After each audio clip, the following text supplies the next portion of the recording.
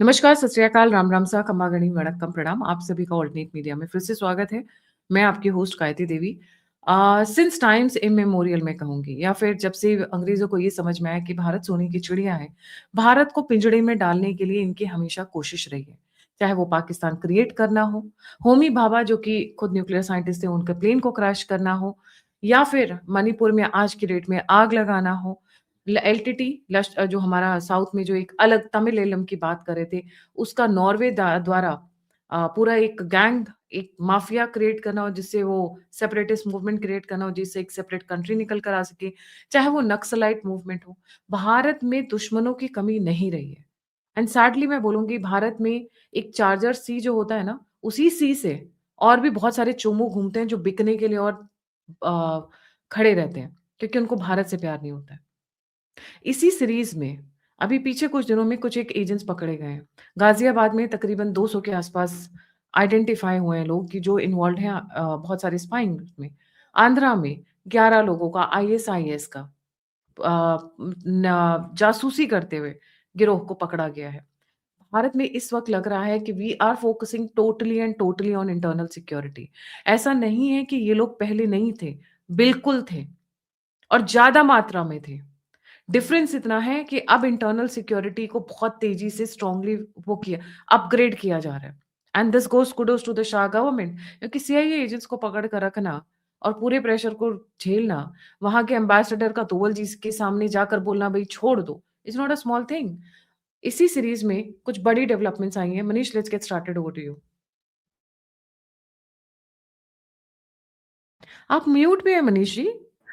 Ji. Thank you Gayatri ji. सबसे पहले आपके सभी दर्शकों को मेरा प्रणाम। आई थिंक वो जो स्पाई थ्रिलर्स हम लोग देखते रहे ना, अधिकतर थ्रिलर हमें हमेशा वो सोवियत और जो यूएस का जो कोल्ड वॉर था उस टाइम का दिखाता जाता है। उसमें ब्रिज ऑफ स्पाइज ऐसे कुछ मूवीज हैं कि कैसे वो ब्रिज पे जाके स्पाई एक्सचेंज होता है।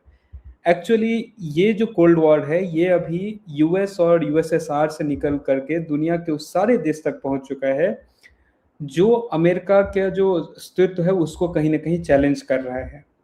और जब मैं ये चीज़ बोल रहा हूँ, इसका आपको आपने जैसे कुछ एग्जांपल्स अब देख, जैसे लिट्टे के केस में क्या हुआ था, जैसे जैसे एशिया में कोई भी ऐसा कंट्री जो निकल करके आना चाहता है, अपने आप को ऊपर स्टैब्लिश करना चाहता है, उसके पीछे ऐसे एजेंट्स पीछे पड़ जाते हैं, एजेंसीज पीछे पड़ जाती है, somehow bring them down. And latest casualty being Bangladesh इस पूरे चीज का। अब इस सारे एफर्ट में आप देखिए, एक देश ऐसा रहा है पिछले कम से कम एक डेढ़ डिकेड में जिसमें बार बार अटेम्प्ट हुआ है एनार्की फैलाने का, उसको तोड़ने का, उसको मरोड़ने का, कुछ ना कुछ करने का, और कंटिन्यूअसली वो फेल हुआ है, वो है भारत। उसके मल्टीपल रीजंस हैं, चाहे सरकार का एफिशिएंसी हो, इंटरनल एजेंसीज का काम हो, जो भी रहे। But at the same point of time दो चीज पैरेलली हुई। एक, कहीं ना कहीं हमारा जो एक्सटर्नल इंटरेस्ट जो रहा है, चाहे खालिस्तान को एलिमिनेट करना हो, पाकिस्तान में कुछ ग्रुप्स को एलिमिनेट करना हो, उसमें हम कहीं सक्सेसफुल हुए हैं, कहीं पे वो समहाउ किसी लीक या किसी चीज की वजह से मिशन सक्सेसफुल नहीं हुए हैं। और उसका एक वन ऑफ द एग्जांपल था निखिल गुप्ता, जो वहां पे पकड़ा गया था। नेम है निखिल गुप्ता, एट्स कोड नेम और वी डू नॉट नो। अब वो प्रेशर पॉइंट ऐसा है जिसको सीआईए समहाउ कहीं ना कहीं हमेशा यूज करते हैं, पहले भी करते रहे, इंडिया में अलग अलग घटनाओं को अंजाम दिया, अभी भी करते रहे। At the same point of time Bharat इस समय दो बहुत ही सातिर और तेज तर्रार लोग ऊपर बैठे हुए हैं, एक उसमें अजीत डोभाल है और दूसरा गृह मंत्री अमित शाह है। जहां से कि भाई अगर मुझे लेवरेज चाहिए, क्योंकि कभी भी जियो पॉलिटिक्स में अगर आपको निगोसिएशन करना है, आपके पास लेवरेज पॉइंट होना चाहिए। भारत के अंदर क्या हो रहा है, कौन ऐसे पावर्स हैं, कहां से वो ट्रिगर पॉइंट ये लोग ढूंढने का कोशिश कर रहे हैं कि इंडिया में वो एक एनआरकी क्रिएट कर सकें। और इसी तहत कुछ अरेस्टिंग पहले हुई थी जिसके बारे में ऑलरेडी बहुत सारे न्यूज लोग देख चुके हैं। आज फिर से वही मॉडस ऑपरेंडी के अंतर्गत, जिसमें कि एक बंदा कोशिश कर रहा है म्यांमार बॉर्डर में जाने का, मिजोरम, इंडिया के एकदम रिमोट एरिया में। अब सोचिए, एक यूरोपियन बंदा इंडिया के मिजोरम में उसको अरेस्ट किया जाता है विदाउट एनी प्रॉपर डॉक्यूमेंट। और जब हम बात कर रहे हैं, he is being interrogated by the NIA and other central agencies, state police, all of that. और ये बंदा कहीं ऐसा ये नहीं, स्लोवाकियन है एक। अब सोचिए, चेकोस्लोवाकिया का एक बंदा मिजोरम के बॉर्डर पे क्या करने के लिए गया होगा, 58 ईयर ओल्ड। उसको कौन सा ऐसा, उसने बोला कि मुझे म्यांमार जाना था क्योंकि वहां पे एक ट्रेडिशनल फेस्टिवल में उससे मैं पार्टिसिपेट कर रहा हूँ। मैं, तुम डायरेक्ट जा सकते थे, प्रॉपर डॉक्यूमेंट के साथ जा सकते थे। दिस इज ये बस जो पूरा घटना है वो पूरे मिशन का एक कड़ी है छोटा सा जो हम आपको बता रहे हैं, बट इसका ब्रॉडर पर्सपेक्टिव अगर आप देखिए तो हमेशा से जो वहां के क्रिश्चियन मिशनरीज का मिजोरम पर्टिकुलरली नॉर्थ ईस्ट में बहुत बड़ा इंटरेस्ट रहा है कि इस एरिया का मास कन्वर्जन और समहाउ एक ऐसा सेंटिमेंट को कंटिन्यूअसली बना करके रखना कि वो भारत से अलग है। और इस सेंटिमेंट को अलग अलग तरीके से कभी उनको म्यांमार से जोड़ के दिखाओ, कभी बांग्लादेश से जोड़ के दिखाओ, कभी एक पूरा का पूरा कंप्लीट आइडेंटिटी दे दो, कभी चाइना से जोड़ के दिखाओ। पहले गोल है कि भारत से अलग करके उनको दिखाओ। एंड अब सोचिए कि जो अरेस्टिंग पहले हुआ था उसका आप लोकेशन ढूंढ के देखिए, कोई केरल में है, कोई वेस्ट बंगाल में है, और अभी ये देखिए नॉर्थ ईस्ट में जाकर के। और ये वही जगह है जहां पे मणिपुर इतना सेंसिटिव पिछले 1.5 साल 2 साल से बना हुआ है बिकॉज ऑफ अलग अलग प्रोटेस्ट वहां पे मैती कुकी के बीच का या जो भी लड़ाई हो। और वहां पर इसका अरेस्टिंग होना एक 58 ईयर ओल्ड स्लोवाकियन, क्या जनरली अगेन एक इंटरेस्टिंग है, जनरली हमारे दिमाग में मूवीज में क्या आता है, अरे कभी कोई स्पाई देखा वो यंग होगा, वेल बिल्ट होगा and all, you do not think एक 58 ईयर ओल्ड ऐसा कोई होगा जो वहां पे स्पाई होगा, and this is another disguise. अब जो मैंने बोला कि शुरू में कि जो हम वॉर में एक्सचेंज देखते हैं डॉल, यहाँ पे टाइम बहुत इंपॉर्टेंट है। ईरान यूएस वॉर चल रहा है, यूएस अपना एक मीडिएशन के लिए अपना एक वो कभी पाकिस्तान का नाम ला रहा है, कभी किसी और का नाम ला रहा है, एक फैक्टर। दूसरा वो उसी सेम टाइम पे काइंड ऑफ वो प्रेशर गेम भारत के साथ कहीं ना कहीं खेलने का कोशिश करता है। अब उस प्रेशर गेम में कभी एक टाइम तो ऐसा था कि वो आज अजीत डोभाल तक कहीं ना कहीं रॉ के चीफ तक पहुंच रही थी। अब यहाँ पे अमेरिका निगोसिएशन टेबल पे आएगा, क्योंकि कम से कम 7 लोग 8 लोग तो पहले गए थे, ये एक और कम से कम 8 लोगों का जो इंटेल है और अरेस्ट होने वाले हैं इस पूरे कड़ी में। एंड एनआईए की टीम और बाकी एजेंसीज उस पर बहुत ही तेजी से काम कर रही है। और इस पूरे जो मूवमेंट को जो इन्होंने क्रिएट किया उसका नाम है स्प्लिट इंडिया मूवमेंट। और उसको इसलिए नाम दिया गया है क्योंकि इनका एंड गोल ही है समहाउ कहीं ना कहीं एनार्की क्रिएट करो या लोकल मिलिटेंसी ग्रुप क्रिएट करो। क्योंकि अगर आप श्रीलंका का अगर आप केस देखें जो हुआ था वहां पे लिट्टे वाला, वहां पे नॉर्वे से फंडिंग आ रही थी पूरी की पूरी। और अभी ये ग्रुप्स चाहे यूक्रेन हो, अमेरिका हो, चाहे वो स्लोवाकियन हो, अल्टीमेट मोटिव सबको पता है। आम आदमी, हम लोग इस चीज को डिस्कस कर रहे हैं, हमारे एजेंसीज को हमारे कंपैरिजन में 100 टाइम्स बेटर पता होगा। अब जो यहाँ पे काम है ये है कि इनको लाओ, और जब भी कहीं भी कोई भी निगोसिएशन, कोई भी एक्शन, कुछ भी होगा, उस टेबल पे एक्सचेंज प्रोग्राम में जाएंगे। भाई तुम अगर कहीं पे हमारे लिए कोई प्रेशर पॉइंट क्रिएट कर रहे हो, यहाँ पे एक तुम्हारा बैठा हुआ है। और जब इससे मुंह खुलवा के इसको पब्लिकली रिवील करवाएंगे तो ये भारत के बियॉन्ड भी बहुत कुछ रिवील करने के लिए बंदा तैयार हो सकता है कि और ये कहां कहां क्या क्या कर रहा था। तो तुम्हें इंटरनेशनल लेवल पे बेइज्जती चाहिए, या फिर तुम चुपचाप एक्सचेंज करके हमारे एसेट को हम तक सुरक्षित पहुंचाओ, दैट्स इट। इतना कर सकते हो क्या? बस उसके लिए मैं एक पहलू दे रहा हूं कि ये जितने भी अरेस्टिंग हो रहे हैं, एक तो इंटरनल क्लीनिंग है ही, ये पूरा का पूरा ये जो होता है ना गिरोह का भंडा फूटना, वो तो है ही। साथ में ये एक्सटर्नल जब जियोपॉलिटिकल डिप्लोमेटिक टेबल पे निगोसिएशंस होगी, पर्टिकुलरली अमेरिका इस गेम को बहुत ज्यादा खेलता है कि आप मूवीज में भी देखते होंगे what is on the file, इस बंदे के ऊपर फाइल में क्या है। अभी उसके अमेरिका के ऊपर फाइल में ये 10-15 लोग बैठे हुए हैं। तो जब भी ये निगोसिएशन होगा, ये अमेरिका का वो नब्ज अभी बनने वाला है जो भारत बार बार उसको दबाएगा कि देखो तुम ये बात कर रहे हो, मेरे जो एसेट्स हैं उसको रिलीज करो, ये निगोसिएशन तो तुम लेके आ रहे हो, हमारे पास ऐसा और 15 रिविलेशंस हैं इनसे निकले हुए, जो अगर रिलीज कर दिए गए in public forum, this will create a massive uproar against US and US establishment. But ये लोग तो मोटी चमड़ी के हैं मनीष जी, इनको कोई फर्क नहीं पड़ता है। By the way 14 Ukrainians came to the north east Manipur, जिसमें से सिर्फ अभी 7 पकड़े गए हैं और 7 फरार हैं। भाग क्यों रहे हो भैया? अरे इंडिया की पुलिस तो कुछ करती नहीं है, रॉ तो कुछ करती नहीं है, एनआईए कुछ करती नहीं है, तो भाग क्यों रहे हो? खड़े रहो। यूक्रेन ने ऑन द कॉन्ट्ररी इतनी बेशर्मी है यूक्रेन की। बाय द वे ये जो स्लोवाकियन नेशनल पकड़ा गया है, he obviously Slovak से, and Slovak has always been anti-India, specially after the Russia Ukraine war. जिस तरीके से इंडिया रशिया के साथ क्लोज आ रहा था, ऑयल खरीद रहा था, क्लोज हमारा एक फ्रेंडशिप और रिलेशनशिप रहा है ओवर द इयर्स। स्लोवाक को पसंद नहीं है। Slovak is a European country, बहुत टीनी टाइनी छोटी सी कंट्री है, पर मंसूबे देखिए। अब इसको हायरिंग किसी ने भी किया, आई एम श्योर यूक्रेनियंस की औकात नहीं है इनको खरीदने की। खरीदने की औकात किसकी है? एक ही है नाम, CNINA। वो चाहे स्लोवाक से खरीद लें, हंगरी से खरीद लें, चेकोस्लोवाकिया से खरीद लें, वो कहीं से भी ले आए एजेंट्स। क्योंकि क्या होता है अलग-अलग फीचर्स होते हैं इन सारे यूरोपियन कंट्रीज़ के। हम लोग सब उनको अंग्रेज़ की तरह देखते हैं, एक ही पृष्ठभूमि में देखते हैं। बट ये अलग-अलग फीचर्स के साथ ऑब्वियसली थोड़े से तो डिस्टिंग्विश होते ही हैं, तो अलग-अलग नाम से अलग-अलग कंट्री से टूरिस्ट वीज़ा पे जा रहे हैं। अभी एक पास्टर ऐसा ऐसा हाइलाइट में आया है Manish ji, and if somebody is watching this video please send this video to the ministry of external affairs.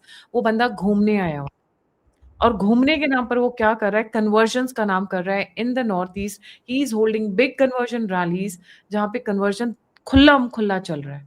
Ji.